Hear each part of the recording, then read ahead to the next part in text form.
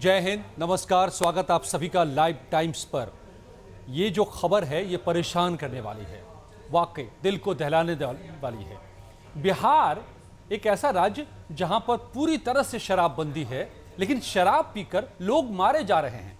फिर एक बार ऐसी घटना सामने आई है जिसमें अवैध शराब पीने से 25 लोगों की जान चली गई, कई लोगों के आंख की रोशनी चली गई। छपरा, सिवान में ये घटनाएं घटी हैं और पटना के पीएमसीएच तक में मरीज भर्ती हैं। उनकी हालत इतनी खराब है, ना जाने कौन उसमें से किसकी हालत इस वक्त क्या है। लेकिन सवाल बड़ा ये है कि यही नीतीश कुमार थे जब ये सत्ता में आए थे तो बिहार में एक दौर में गली गली में शराब की दुकान खुलवा दी थी और तर्क ये था कि इससे अवैध शराब का कारोबार रुकेगा, वैध शराब लोगों को मिलेगी तो इससे मौतें कम होगी, क्योंकि अवैध शराब कई बार खतरनाक होते हैं। शराब आपने उस दौर में आपने गली गली में शराब की दुकानें खुलवाई, लोगों ने कहा कि बच्चे बच्चे शराबी बन रहे हैं, इसकी निंदा होने लगी। मैं पढ़ रहा था कि रामविलास पासवान ने उसमें में काफ़ी निंदा की थी, तमाम लोगों ने निंदा की थी और बाद में एक दौर में पूरी तरह से शराबबंदी कर दी आज से 8 साल पहले। तो अब क्यों मर रहे हैं यही शराब पी करके लोग?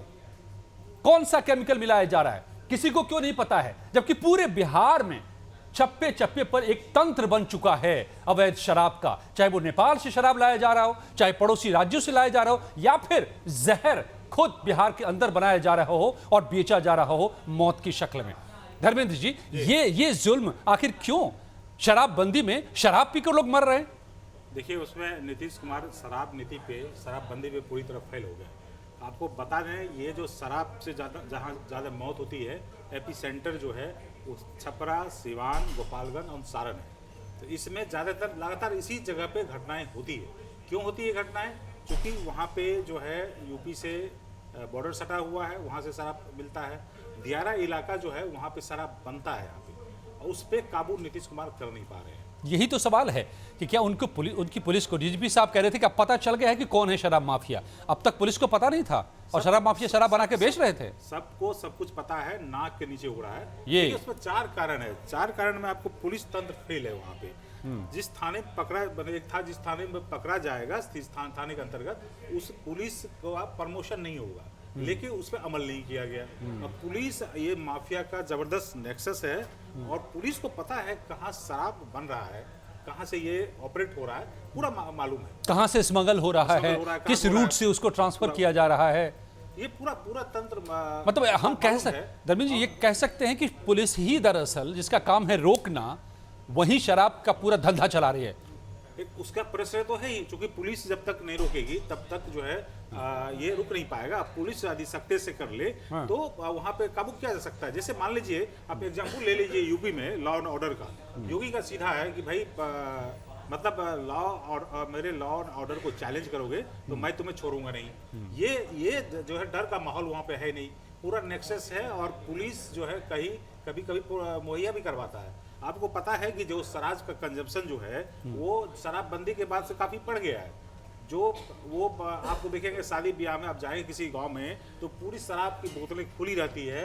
पूरे बारात में, किसी पार्टी में जो चल रहा है, पूरा धंधा चल रहा है। बताइए, तो कहाँ से आ रहा है, किधर से आ रहा है? और क्या नीतीश सरकार को मालूम नहीं है, नीतीश की पुलिस को मालूम नहीं है? तो मतलब एक तो जबरदस्त फेल्योर है इसमें। और आपने राज्य को एक तरह से इकोनॉमिक नुकसान भी करवाया। जब आपका 4,000 से 5,000 जो है आपका इनकम होता था, उसमें 4-5 हजार करोड़ रुपए का आपका रेवेन्यू था, वो आपका मान लीजिए 8 साल से है तो करीब 50,000 करोड़ का नुकसान हुआ। 50,000 करोड़ में आपका काफी फायदा हो सकता था, राज्य का विकास हो सकता था। लेकिन 50,000 आप समझ लीजिए 5,000 का है, तो वो 5,000 का जो है अब वो ज्यादा हो गया।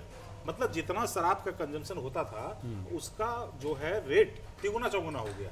क्योंकि आप स्मगल करके लाते हैं तो उसका रेट बढ़ जाता है, फिर दूसरों को बेचते हैं। तो जो शराब की बोतल 1,000 में होती है या 500 में होती है, वो 1,500 में होता है।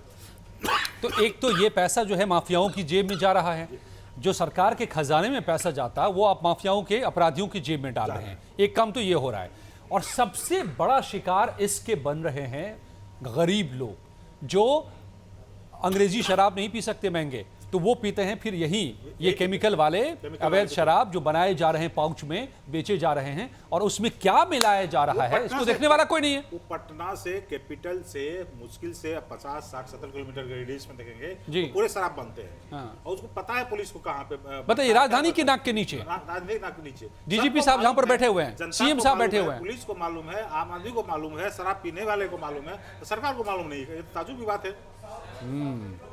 और इसमें जो आपको पता है कि इसमें मुआवजा नहीं दिया जाता है, तो मुआवजा की जब मांग हो रही थी, बहुत एक तरह से मांग हुआ विधानसभा में, नीतीश कुमार ने बोला था कि पियोगे तो मरोगे, पियोगे तो मरोगे, ऐसा वर्ड बोला था, बहुत निंदा हुई थी उनको।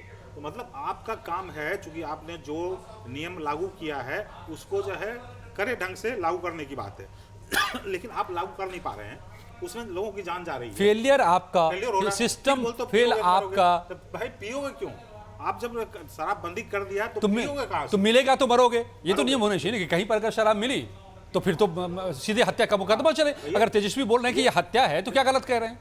हत्या तो है ही है, क्योंकि देखिए ये तो सरकारी आंकड़ा है, करीब 280 करीब पुष्ट अपुष्ट शराबबंदी के दौरान जो मरे हैं लोग। 280, लेकिन इससे ज्यादा मौत हुई है। अभी आप देखें कभी 50, 60, अभी ढंग से उसको, चूंकि जो रिकॉर्ड जो सरकार का रिकॉर्ड होता है हाँ। उसी को माना जाता है। यदि आप जाएंगे इलाके में तो वो मौतें ज्यादा होती है। और कई और उसको लोग काउंट तो नहीं किया जाता है। अवैध शराब से जो छिटपुट घटनाएं होती रहती हैं, डर के मारे कि कहीं पुलिस उनके पीछे न पड़ जाए, अवैध शराब पीने से मौत हुई है तो वो जाते नहीं हैं अस्पताल में, वो पुलिस को खबर नहीं दी जाती है उस मामले की, तो पता ही नहीं चलता है। वही पूरा नेक्सस है, आपको बता रहे हैं, वो एक नेटवर्क है, गांव से लेके मोहल्ला से लेके ब्लॉक से लेके डिस्ट्रिक्ट से लेके कैपिटल तक, वो पूरा पता है पुलिस को कौन जो शराब सप्लाई करता है, कहाँ से आता है, उसको पकड़ लेगा, दिखा देगा। कुछ डेटा दिखाया था, अभी हाल फिलहाल में बोला गया कि 12,000 लोगों को गिरफ्तार किया गया।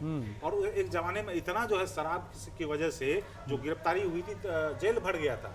बाद में नियम में जो है ढील दी गई, तब जो है जेल में थोड़ा सा लोड कम हुआ। तो ये सब बहुत सारे बातें तो हैं। इस वक्त में अगर हम लोग ढूंढें कि कसूरवार कौन कौन है, ये जो मौतें हुई हैं इसके कसूरवार कौन कौन है आपकी नजर में? कसूरवार तो मेन प्रशासन है इसमें, प्रशासनवादी मान सबसे लीजिए पहले कि पुलिस। जा रहा है। ये तो देखिए, ये धंधा बहुत दिन से चल रहा होगा। मौत हुई कल, मैंने सॉरी आज, तो मौत हुई है तो इसके पहले से धंधा चल रहा होगा गांव में ना। तो आप सडनली जो है अचानक तो हुआ नहीं, हाँ। तो शराब तो मिल रहा होगा गांव में। मौत हुई पहले तो उसे खबर बनाया बनती- गया है, बनाया गया है। उसको गाड़ के रखा जाता है, आपका बनने में जो वक्त लगता है। आपका जो है जो खुफिया तंत्र होता है, जो लोकल यूनिट होता है, आपका स्टेट में जो होता है, वो पूरा आपका जो है फेल्योर हो गया है। मतलब जानकारी तो है, वहाँ पे मुखिया को जानकारी होता है, जो सरकारी कर्मचारी उनको मालूम होता है। उसके बाद जो है आप कार्रवाई नहीं करते हैं, और आपको पता है कि बिहार में शराब बन रहा है। और शराब जो आपका यूपी हो गया, आपका झारखंड हो गया, बंगाल हो गया, नेपाल हो गया, वहाँ से शराब जो है लाया जाता है। अच्छा, ये तब है जब ये पूरा का पूरा शराबबंदी का प्लान पूरी तरह से नीतीश कुमार था ये उनका ये अपना एजेंडा था, उन्होंने खुद लागू किया था तमाम विरोधों के बावजूद। तो नीतीश कुमार का ही एजेंडा अगर पूरी तरह से फेल हो रहा है, उनका अपना प्लान पूरी तरह से फेल हो रहा है, तो फिर बचाएगा कौन? बचाएगा, चूंकि वो तो महिलाओं का एक वादा किया था विधानसभा में कि हम शराबबंदी करेंगे, चूंकि महिलाएं जो है ज़्यादा सफ़र करती थी। लेकिन वो जो एजेंडा था, जो उनकी सोच थी, वो जो है उस पर इम्प्लीमेंट कर नहीं पाए। वो उसको जो है गाँव में शराब मिल रहा है, क्योंकि पत्नी भी होंगे, बच्चे भी होंगे, तो पता है शराब चल रहा है वहाँ पे। तो ये सारी चीज़ें चल रही है जिसपे कार्रवाई ढंग से हो नहीं पा रही है। तो साफ तौर पे दिखाई दे रहा है कि एक तरफ आपने शराबबंदी करके रेवेन्यू का लॉस किया, तो दूसरी तरफ उसी शराबबंदी की वजह से अवैध शराब का कारोबार बढ़ रहा है, इलीगल लीकर का कारोबार बढ़ा है, बड़े पैमाने पर बढ़ा है, पूरा का पूरा एक तंत्र बन चुका है। रात के वक्त आप चले जाइए तो गांव के रूट से ट्रक के ट्रक शराब की खेप यहाँ से वहाँ होती है, और सब पुलिस के संरक्षण में चल रहा है, ये भी लोग कहते हैं, और आप कुछ नहीं कर पा रहे हैं। तो फिर बड़ा सवाल ये है कि इसका इलाज क्या है, इसका उपाय क्या है, और फिर ये शराबबंदी की नीति भी अपने आप में सवालों के घेरे में आती है। राजनीतिक पार्टियां भी जिम्मेदार है। देखिए, अभी प्रशांत किशोर बोल रहे हैं कि हम शराबबंदी खत्म कर देंगे। बीजेपी चूंकि गठबंधन में है तो वो बीजेपी बोलती नहीं है, जब विपक्ष में थी तो बोलती थी। तेजस्वी भी साइलेंट है, क्योंकि तेजस्वी, हमको लगता है कि कल सरकार बदल जाए तो वहाँ पे शराबबंदी खत्म हो जाएगी। नीतीश सरकार के जाने के साथ ही शराबबंदी जो है खत्म हो जाएगी। लेकिन वहाँ पे राजनीति है, क्योंकि ये होगा कि मेरा वोट खत्म हो जाएगा, महिलाएं नाराज हो जाएगी। लेकिन अभी जैसे नीतीश कुमार, ये प्रशांत किशोर ने बोला है, तो वहाँ भी युवा में काफी जोश है कि ये प्रशांत किशोर आएंगे तो इसकी सरकार आती है तो शराबबंदी खत्म कर देगी। वो जीतते हैं नहीं जीतते हैं अलग बात है, लेकिन ये जो है बहुत बड़ा मुद्दा है। क्योंकि देखिए शराब जो है जहाँ जहाँ गुजरात भी ले लें, गुजरात में भी जो है पाबंदी है, लेकिन वहाँ भी शराब से आपको मौतें की खबर आती है, वहाँ पे भी जो है तस्करी होता है। और वहाँ भी होम डिलीवरी होती है। यूपी में भी पाबंदी है, लेकिन ये शराब जो है लीगली वहाँ पे अवेलेबल है। लेकिन वहां से भी इस तरह की घटना आती है, लेकिन वो साल 2 साल में आता है। होता है कि चूंकि आप ले नहीं पाते हैं, या जो जिसके पास पैसा है 500 का 1500 में ले रहे साफ तौर पे, हैं, जिसके पास मान लीजिए पैसा नहीं है, उसको 100 रुपया 50 रुपये में मिलता है, वो जो है शराब, इस तरह की शराब लेते हैं और जान को खतरे में डालते हैं। और साफ तौर पे, और यही वजह है कि अब तक शराबबंदी के दौरान 280 से ज़्यादा मौतें का आंकड़ा सामने में है, और इसके पीछे कितनी मौतें हुई हैं ये तो कोई बता नहीं सकता। लेकिन लगातार इस तरह से जो भयावह घटनाएं सामने आ रही है, तो एक बार में अब सरकार को ये तय करना होगा कि आप नीति जो बनाएं, लेकिन जो नियम बनाते हैं उसे ज़मीन पर ज़रूर उतारें, लोगों को मौत के मुंह में धकेलने से बचाएं।